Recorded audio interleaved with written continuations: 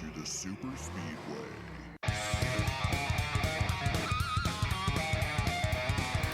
Welcome to episode 291 of the Super Speedway podcast, recorded Tuesday, August 15th, 2023. I'm your host, Eric Young, and I am joined not by James Cush tonight. As mentioned last week, James is off this week, and instead of getting a special guest, I decided just to do this on my own, so you just get me tonight. Likely will be a quicker podcast than normal, because I don't have anybody to bounce ideas off of. So far, this is a terrible idea. I talk to myself plenty during the day, but this is a little weird talking to myself here. But I guess I'm talking to all of you, all 3 or 4 of you that listen to the podcast. So anyway, big week of racing this week to talk about. Lots that went down at Indianapolis, and potentially our last time on the Indy road course. Probably most likely the last time for the Cup Series. Who knows about the other series? I've heard some rumors. I guess we'll leave it at that. That we might not see the Xfinity cars on the road course, or maybe even the oval. So, anyway, we'll talk about that more as news potentially breaks down the road when we get schedules for the upcoming seasons. But let's talk about Indianapolis right now. The Verizon 200 at the Brickyard, and the playoff race has been shaken up once again, as Michael McDowell gets himself a win and moves in to the playoffs officially with his victory, making it very interesting at the cut line. Definitely a dominating win for Michael McDowell. Certainly was not a surprise. If you watched practice earlier in the weekend, it was pretty obvious that he was going to be a car to beat, and he lived up to it in the race, dominating this race for the most part, leading 54 laps out of 82. To get himself the win, his second career win. And I guess if you're going to win at a track, cool place, or if you're going to keep that streak alive, he's got a Daytona 500 win and now a win at Indianapolis. So very cool for Michael McDowell. First in stage 1, second in stage 2, and 54 laps led to get himself his second victory in, 453 Cup Series starts. And certainly an underdog victory for Front Row Motorsports. I think you can call it an underdog victory. That team's always an underdog, but it's a road course. We're kind of expecting it. We're expecting McDowell to do well. He often does at road courses, so this isn't a super big surprise, but I guess it's a second win in his career. So anytime that happens, it's certainly an underdog victory. So good on Michael McDowell getting that done. Again, that locks him into the playoffs now, and leaves pretty much Bubba Wallace worried right now. Bubba's plus 28, lost a significant number of points in this race, despite the fact he didn't really do anything wrong. He had a decent day. Let's see, where did Bubba end up? He was 18th, which is not terrible for somebody who hates road courses, but still only 28 points to the good, and pretty much the only guy who could fall out on points at this point. Brad Keselowski's 143 points to the good. Kevin Harvick's 145 points to the good. So you're not really expecting them to fall out on points. However, we have 2 races left. And we have Watkins Glen this weekend with the road course once again. Chase Elliott ran really well in this race, gets himself a second place finish. Led once in this race, third and a fifth in the 2 stages, and arguably going into his best track in Watkins Glen. So certainly an opportunity there. He's 80 points out, probably not going to get in on points, but if he gets a win, he moves that cut line up.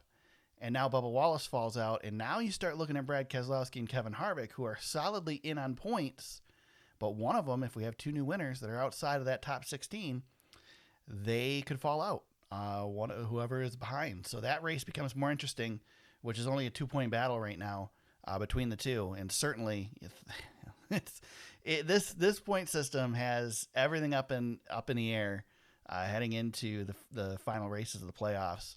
I don't think you could ask for anything much better. And let's look at the guys that have yet to win, that could win this weekend at Watkins Glen. We got Daniel Suarez, who ran excellent in this race, did everything right. They had one problem in the pits, one issue in the pits with the hose getting caught under the front wheel, and that cost him the race.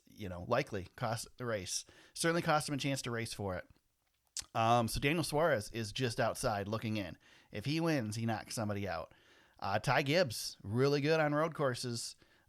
Struggled a bit here at Indy, but still finished 12th despite having some issues. And he hasn't won a race yet, but certainly could have Watkins Glen on his list. We mentioned Chase Elliott. Chase Elliott has won at Watkins Glen before. He's one of the best road course racers, probably the best road course racer in NASCAR. Certainly could win this weekend. I think he's going to be a favorite going into Watkins Glen. I'm even kind of calling him a favorite, and I've been pretty adamant that he's not going to make the playoffs. But, man, the way he ran at Indy, and, if he had one more lap, he'd have been able to track down McDowell, and it would have been a battle for the finish. So Chase Elliott likely could have an opportunity. A.J. Allmendinger, he's out. He's got to win to get into this thing. He's 87 points out. He's not going to make it on points, but he's got 2 chances to win, and one of them's a road course this weekend, and the road course ace of A.J. Allmendinger. The only problem with A.J. is I just don't think he's got the confidence right now. I think he's struggling in that department. The guy that we kind of all expected to come in and with 6 or 7 road course races be able to make the playoffs with at least a win in one of them, and he just hasn't been able to do it. So Austin Cindric is great on road courses. He's on the outside looking in. And then you've got guys like Todd Gilliland, Chase Briscoe, guys back there that you just never know. Mike Rockenfeller's racing this weekend again. I doubt he's going to win, but you never know. So things could get shaken up here up the front. Of course, I guess Mike Rockenfeller winning would be a good thing for some of these guys trying to make it in, because he wouldn't knock somebody out of the playoffs. But anyway, very interesting going into Watkins Glen, see what happens this weekend. I think we could very likely see things shaken up with Chase Elliott. Like I said, 1 spot short, just about got it done in this race. Great run for him. We had only 1 caution in this race very early, with Justin Haley getting into the tire barrier thanks to Joey Logano, who then tried to bring out the second caution of the day on the restart, and just had a terrible day, Joey Logano. I think Joey would be pretty happy to go back to the Oval in Indianapolis. He has not had any luck at this road course. The first one he wrecked. He had trouble last year. He had trouble this year. Joey wants to go back to the Oval. So, but yeah, that's it. We run green flag the rest of the way through. We got to see the stages play out naturally, with no cautions at the end of the stages. And, it leads a big question. Did you enjoy what we saw? Do you want to go back to stage breaks at these road courses, to guarantee those cautions? And I was thinking about it. And so I've been adamant since the beginning. First of all, I love the stages. I think the stages are the greatest thing that NASCAR did. I've never liked them at road courses because I felt like they've gotten rid of the strategy, because everybody's working around these cautions. And I was thinking about it this week because it was a bummer not to have those cautions, but I still thought it was a good race. It was fun to watch it play out the way it did, and certainly not knowing what was going to happen. And there were opportunities for cautions. Todd Gilliland wrecked. That was certainly an opportunity for a caution. A.J. Allmendinger ran through the gravel. We had plenty of spins. NASCAR could have thrown a caution if they really wanted to. They did not. But I was thinking about it, and it's kind of like, I don't know that the issue on road courses or the stages in general is the fact that we throw a caution. It's when the cautions are. So the stages, and NASCAR's changed this up over the years, but the stages have kind of historically been in the first half of the race. So we run the first 2 stages in the first half, and then the last half is kind of its own stage. And what it almost does is it takes all the strategy away from the beginning of the first half of the race. It kind of makes us, it gives us those heat races we used to have in the Xfinity series, except they're part of the race and the whole field is involved in them now.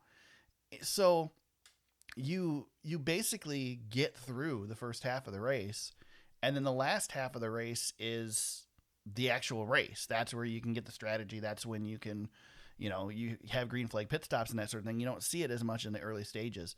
NASCAR's broken it up a little bit by stretching out some of those first stages. I almost would love to see them try it. Just let's split the race into thirds, and just each stage is the same length. I know we do it at Charlotte with the 600 with 4 stages. And that race has a different feel, I think, because of that. So I don't know. It's hard to say. I kind of, what I would like to see, my ideal solution would be to have some sort of guaranteed caution flag. So we break the race up and we get to bunch the field back up, but only have them if they're needed. And I guess what it comes down to is it's almost like, and I'm not suggesting that we do this, it's almost like the caution clock in the Truck Series, because when they had the caution clock, you knew that after a certain point, a caution was going to come out. So I went to Berlin Raceway last week for the Battle at Berlin, which was a 250 lap race. And basically the way they work it is once there's 50 laps of green flag, they throw a caution, a competition caution.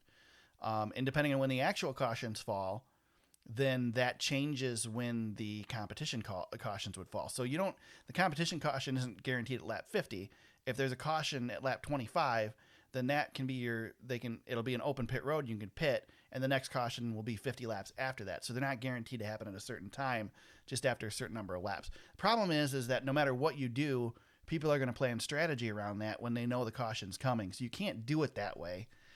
I mean, the only solution I think would be to choose when the cautions are going to be before the race and don't tell anybody. But it's just, there's just no solution pretty much. What we've got works. I do really like still that we aren't doing stage breaks on the road courses. And I really would like to see them try it on a super speedway and see what happens without stage breaks. I don't think it's necessary on 1.5 miles and short tracks. I think what we've got works there. I wouldn't be against trying it. But super speedways, they're still going to race hard at the end of the stage, just like they do now. You're probably going to get a caution anyway. But it won't screw the strategy up, and it won't get these guys pitting 2 laps before or whatever like we do now. So I would like to try it at super speedways and see what happens. There's no indication that's going to happen. But there's certainly talk, so you never know. But that's my thought on that. But I was happy to see it play out the way it did on the road course this weekend. I didn't think it was a bad race as a result. Certainly we could have used some cautions at Sonoma. But this one was still a good race without the cautions. So I'm good to see it play out the way it did.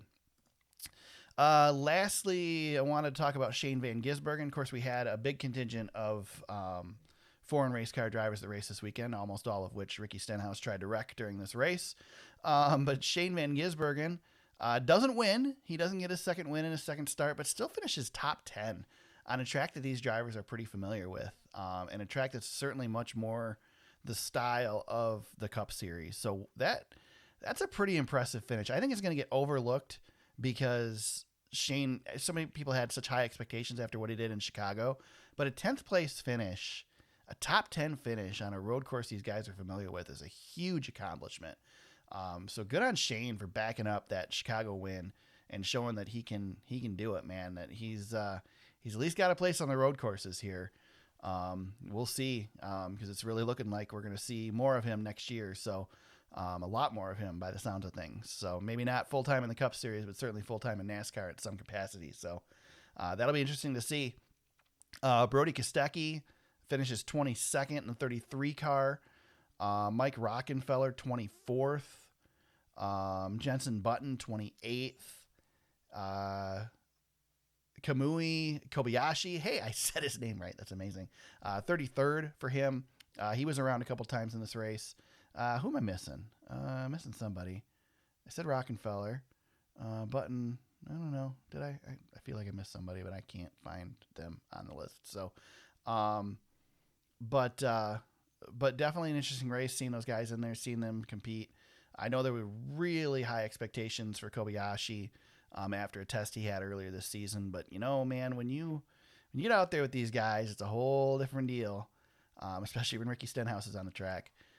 So you can't guarantee you're going to run well and run up front. not everybody is going to do what Shane Van Gisbergen did, that's for sure, and get a win in their first start, or get a win, period, or even a top 10 racing with these guys. So, Alex Bowman gets a 5th place finish. Chase Briscoe, who's been kind of out to lunch all season, gets a 6th place finish. Got to be happy to be on a road course for him. Good run for him. Martin Truex Jr., our road course king lately, finishes 7th. Kyle Larson has a decent day, finishing 8th, coming off of a win at the Knoxville Nationals. So, he's up late that night and comes back and still finishes top 10 here. That's pretty amazing. I mentioned Ty Gibbs was able to rally back to a 12th place finish. Chris Buescher just missed his top 10 streak with an 11th place finish in this one. He's had a top 10 streak going on the road courses. I think he was at 8 races or 7 races on the road courses with top 10 finishes. So, bummer for him. Ross Chastain continues to be out to lunch. 17th place finish at a track I expected him to do well on. Yeah, I think that pretty much Justin Haley, like I said, gets knocked off the track by Joey Logano, finishes 38th, about flips over. That corner is a pretty incredible corner. Gets some pretty decent wrecks there. So Haley finished 38th. Eric Almirola was last, 39th. Todd Gilliland, I mentioned him getting in the accident, 37th for him. And Kyle Busch had motor issues during this one. 36th place finisher Kyle Busch. He had pretty high expectations. I think they were expecting a lot out of him this weekend as well. So bummer for him with that finish. So with that, we leave the Indianapolis road course in the rearview mirror potentially forever.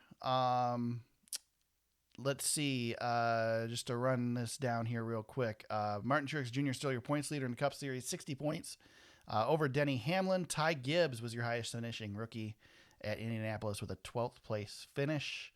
Again, second win in 453 Cup Series starts for Michael McDowell, who is locked in for 2024 with Front Row Motorsports, along with Todd Gilliland, both of who will continue there with Front Row next season. So, good way to back that up with a win and locking himself into the playoffs for Michael McDowell. So, NASCAR Xfinity Series was in action, part of the NASCAR/IndyCar doubleheader the day before at Indianapolis. And Ty Gibbs gets himself the win here. Was really expecting more out of him on Sunday after all the momentum coming off of this win. 28 laps led in this one. AJ Allmendinger leads 21. The other guy who was pretty much a contender, Sam Mayer, another strong road course run for him, gets a second place finish in the one car. And Austin Hill, who just continues to sneak in everywhere. It doesn't matter. He gets himself a fourth place finish, and Justin Allgaier finally gets a top 5 here.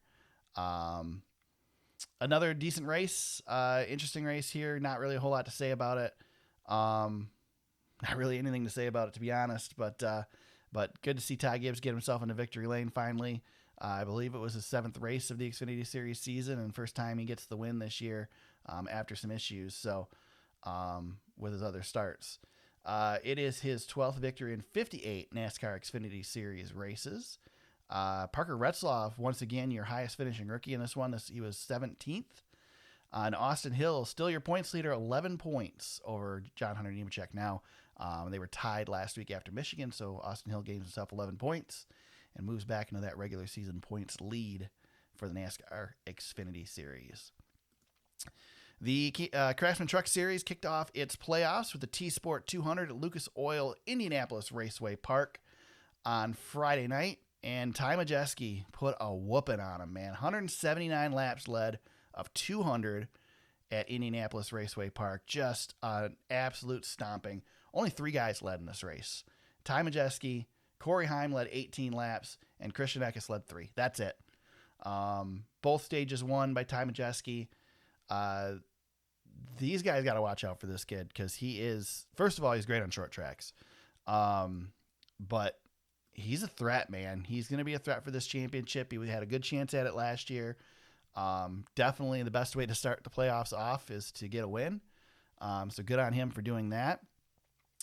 And definitely a statement win. I will say that this track is just, it is so Truck Series. I mean, I'm so glad that we're back here with the Truck Series. if you were to pick a track that you think that you could say represents the Craftsman Truck Series, I would point to Indianapolis Raceway Park. Great short track, lots of lines. You run from the apron of the track up to the wall. Plenty of contact, but you can have a clean race there. Great intimate crowd. I've never personally been to the track, but it's certainly one that's on my list that I would love to go to and check out. Just terrific race here. And I'm glad that we're back with the Truck Series. And again, I mentioned there's rumors, but there were rumors before that the Xfinity Series may go back here. I would love to see it. It would be absolutely great to see it. But we'll find out probably in a couple months when the schedule is announced. I wanted to shout out Lane Riggs in the 7 car, finishes 3rd in this race. Just his 3rd race of 2023. He has an average finish of 19.3 this season, but 3rd place finish for him, and he was strong all day. Certainly a threat. Great run for him. Lane Riggs got some Truck Series starts this year and last year, and regular in the Cars late model stock tour over the years. So that's where he comes from. So good to see him have a have a nice run. Carson Hocevar with a strong run, finishes 4th. Zane Smith, top 5 finish. I think a lot of people are picking Zane as a good shot at the championship this year. So overall, like I said, great race at Indianapolis Raceway Park for these guys, and a lot of fun. Shane Van Gisbergen made his first oval NASCAR start, 19th place finish here.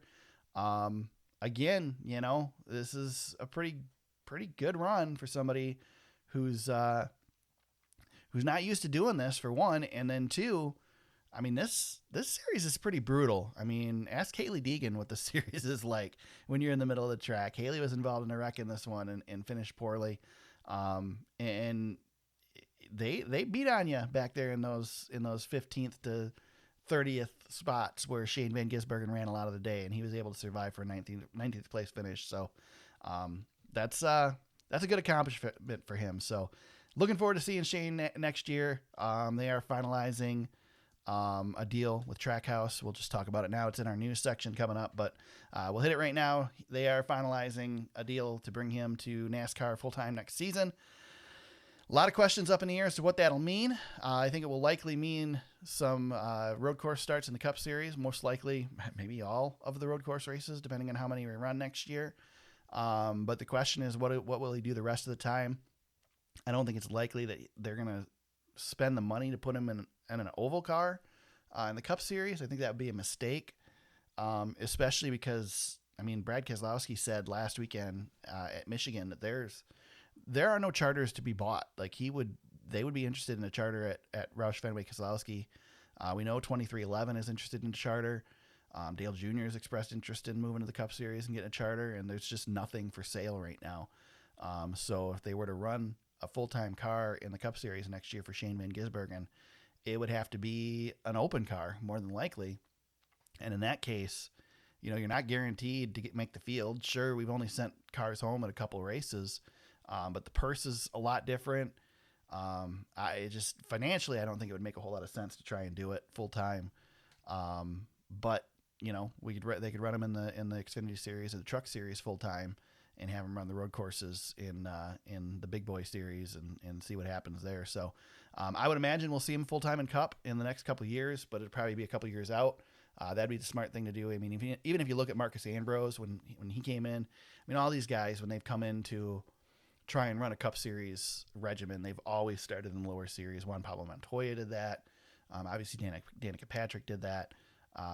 Just jumping straight to the Cup Series would be kind of a suicide mission, in my opinion. So certainly, like I said, could make some hay on the road courses and ruffle some feathers and shake things up, but just doesn't make any sense to do that on a full-time basis and struggle on the road on the oval tracks. Learn, as they go on the oval tracks, make more sense to save that and learn that in the lower series where you're going to be more competitive, and then make the jump. So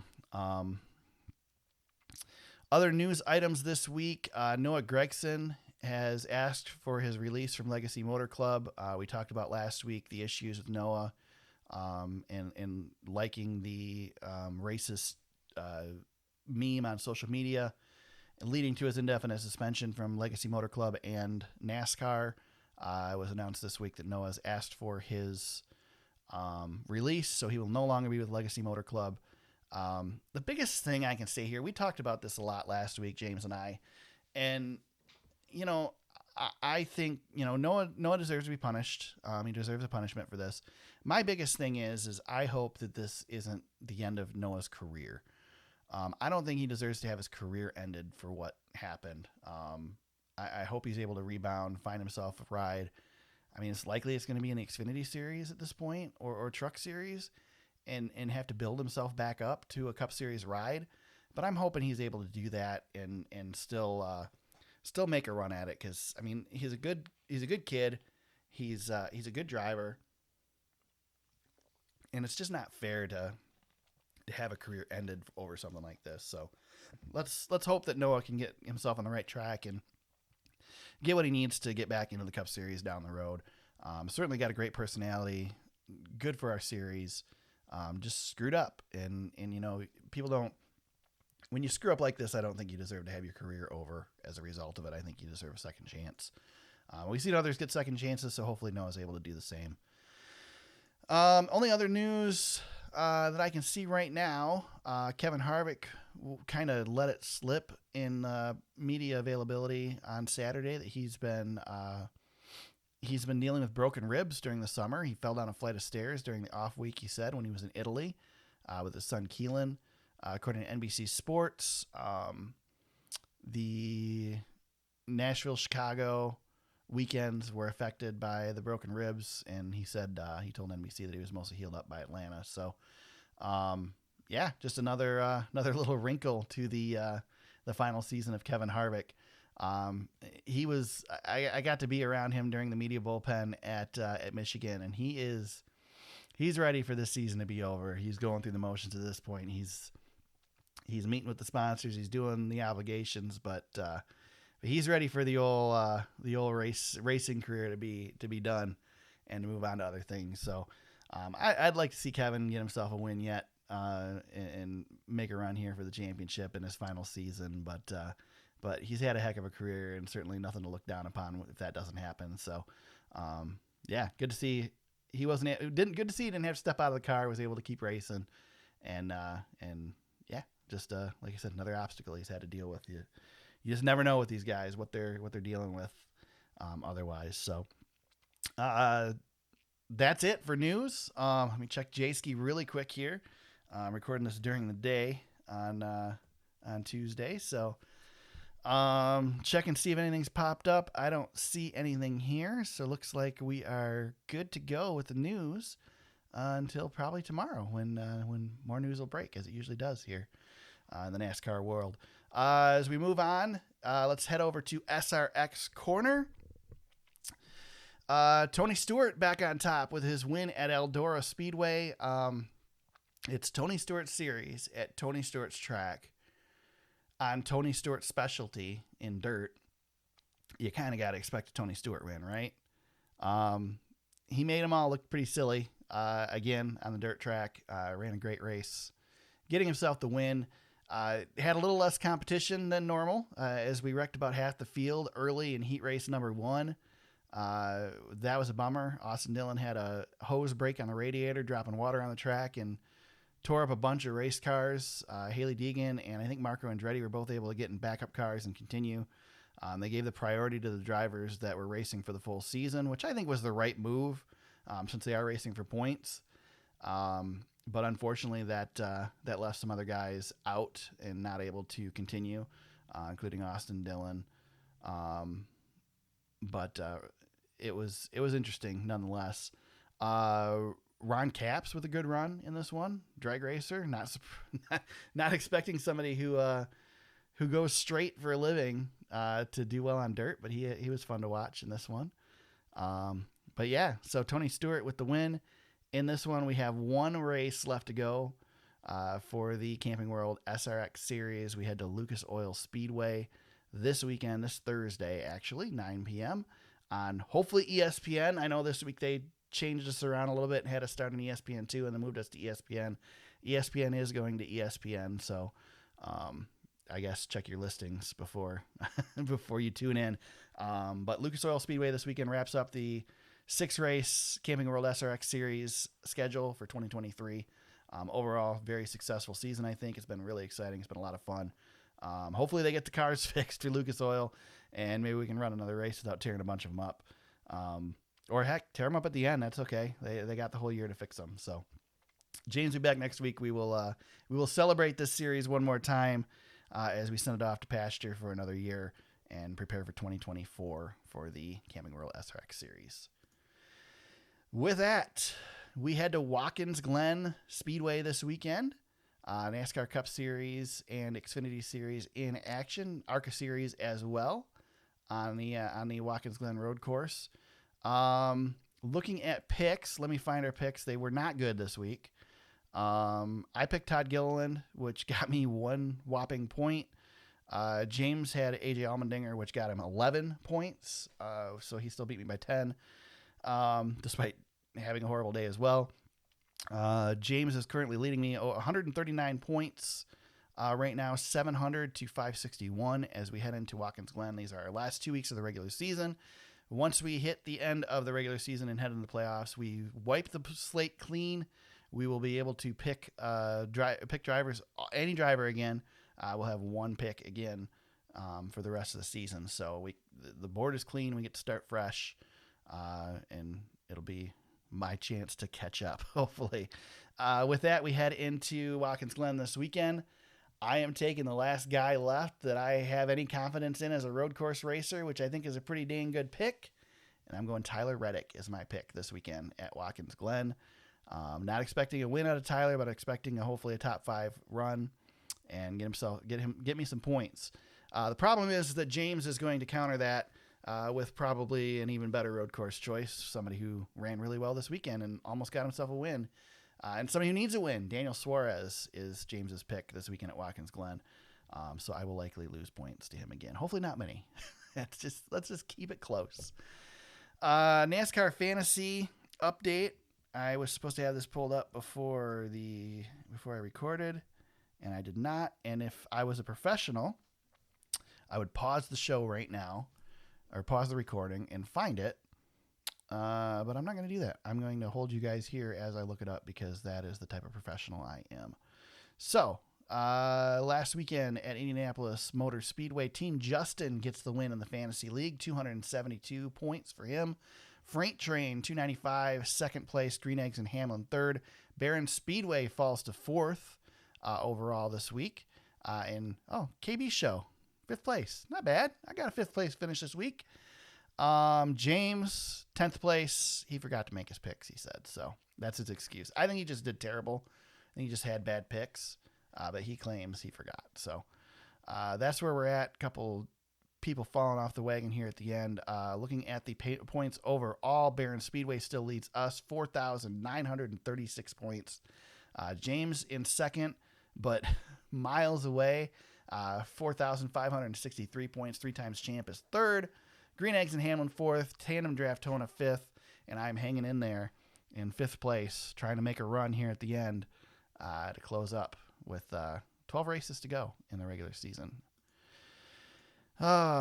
With that, let's see. Shout-outs this week. I want to shout out Berlin Raceway one more time. They've gotten a lot of props from us over the last couple weeks. But I was out there on Wednesday night for the Battle at Berlin 250. Really nice crowd. Not to the level of the SRX crowd, but for a Wednesday night race. Really good crowd out there. Great racing.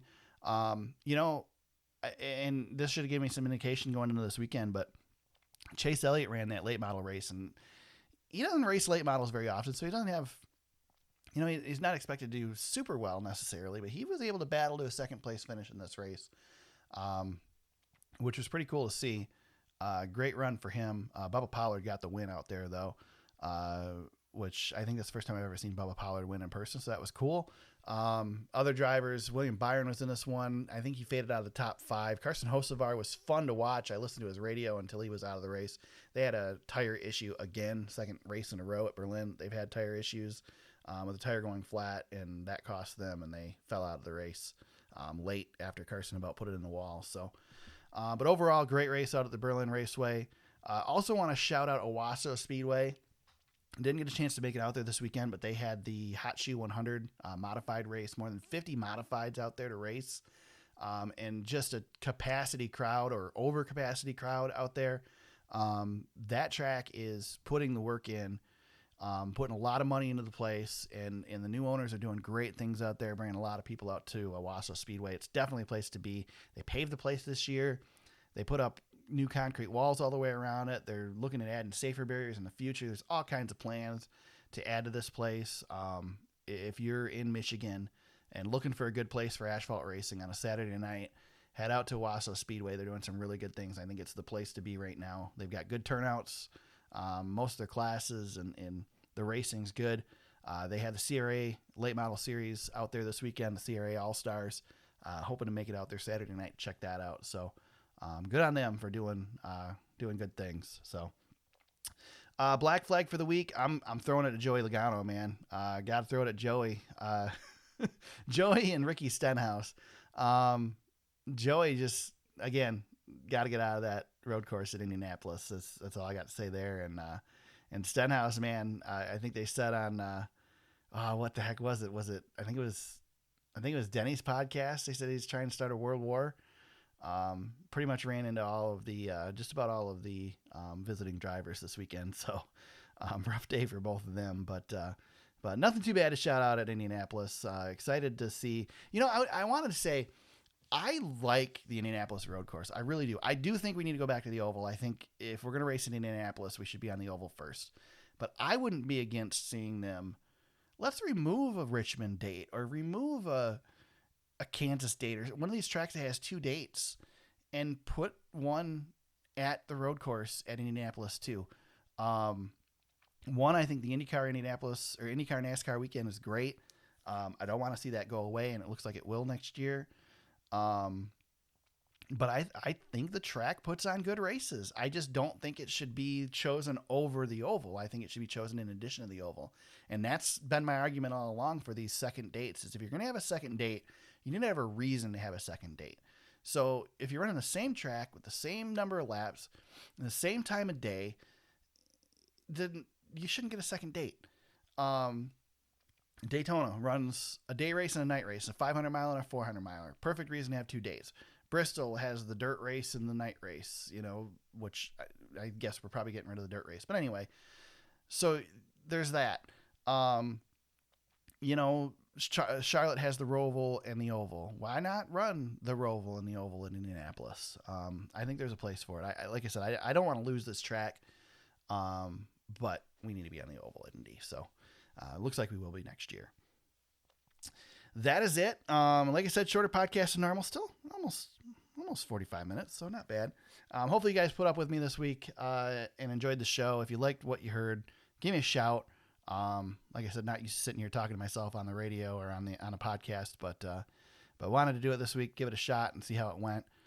So appreciate if you stuck it out this far and listen. Like I said, give me a shout out. James will be back next week. We'll get back to the normal programming here on the podcast. Speaking of James, if you want to hit him up and give him crap for missing this week, you can hit him up on Threads and Twitter /X at James Cush. You can find me at eyoungdbm on Threads and at tsuperspeedway on Twitter. Our Facebook page is facebook.com/thesuperspeedway. Our website is thesuperspeedway.com. You can find the podcast on Apple Podcasts, Spotify, Google Play, and Anchor. Wherever you found us today, we hope you subscribe and continue to listen for new episodes each week. And if you go to anchor.fm/thesuperspeedway, you can leave us an audio message, and we might just play it on the show. Reminders, superspeedway.com, thesuperspeedway.com. There's coverage from last weekend's Michigan International Speedway weekend. There's photos from the SRX race at Berlin. So if you haven't checked those out, check those out. It was a pretty cool deal, and glad I got to have that opportunity. So with that, we head to Watkins Glen Raceway this weekend. More road course racing, second to last race before the end of the playoffs. James and I will be back next week to break it all down. Until then, everybody, let's go racing.